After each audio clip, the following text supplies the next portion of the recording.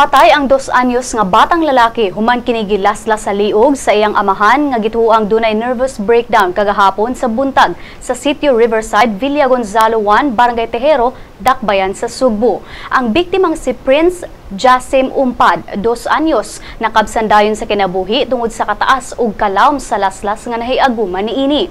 Matun sa paryente sa suspect nga si Robert Umpad, gingong nag-antos sa schizophrenia ug wala na mitumar og tambal nga maoy gitudlong hinungdan sa iyang nervous breakdown kagahapon.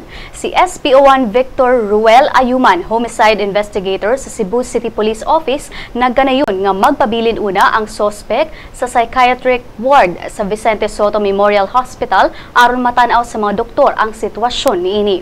Dugang ni Ayuman nga kung masayran sa psychiatric evaluation nga nagantos ang suspect sa mental disorder, i-admit kini sa psychiatric ward apan kung mapamatud-an nga wala kini sakit sa pangisip, mag-atubang kinig kasong parricide.